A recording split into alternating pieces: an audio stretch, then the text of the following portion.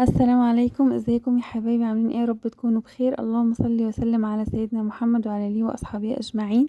معايا النهارده وصفه العزيزيه الدمياطي زي المحلات، ومكون واحد هتبقى احلى من محل وتحفه ومتماسكه جدا من بره وطريه من جوه. باذن الله تعجبكم. معايا كوبايه مكرونه بجيبها في حله ميه سخنه لحد ما تتسلق كويس جدا زي ما تكون معجنه كده. بجيبها بحطها في الخلاط، وببقي كوبايه من ميه السلق، وبحط كوباية سكر على كوباية المكرونة اللي في الخلاط، وعندي لتر لبن هستخدمه وفانيليا.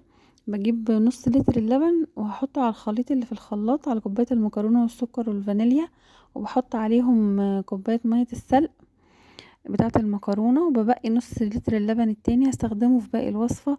ومعايا 3 معالق نشا كبار.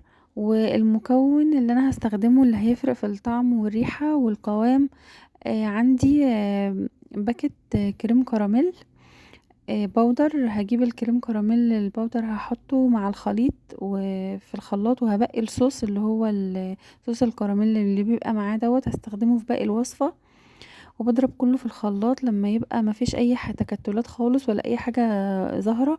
وبعدين بحطه في كسرولة على النار، وبقلب كويس جدا عشان مفيش تكتلات تحصل عندي لحد ما بوصل للقوام اللي انا عاوزاه.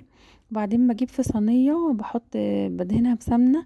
وبعدين بجيب الخليط بعد ما بدهن الصينية بسمنة كويس جدا.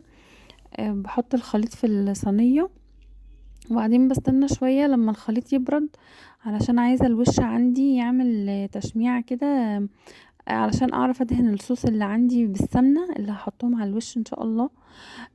بجيب الصوص الكراميل اللي عندي اللي في باكت الكريم كراميل، وبحطه على معلقتين سمنة سايحين، وبقلب كويس جدا وبدهن الوش كويس جدا عشان الوش ده هيتحمر معايا في الشواية، بيديلها لون وطعم على الوش حلو قوي. بعدين هدخلها على فرن متوسط لمدة 10 دقايق او ربع ساعة. وبعدين بجيب الشواية بفتحها، بحمر الوش بالصوص اللي على الوش ده.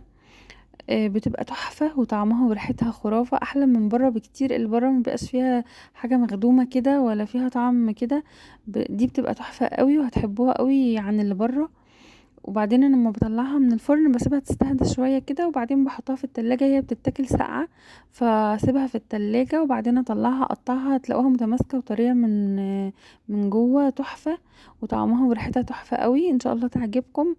وما تنسونيش يا حبايبي من اللايك والاشتراك وتفعيل زر الجرس عشان يوصلكم كل جديد.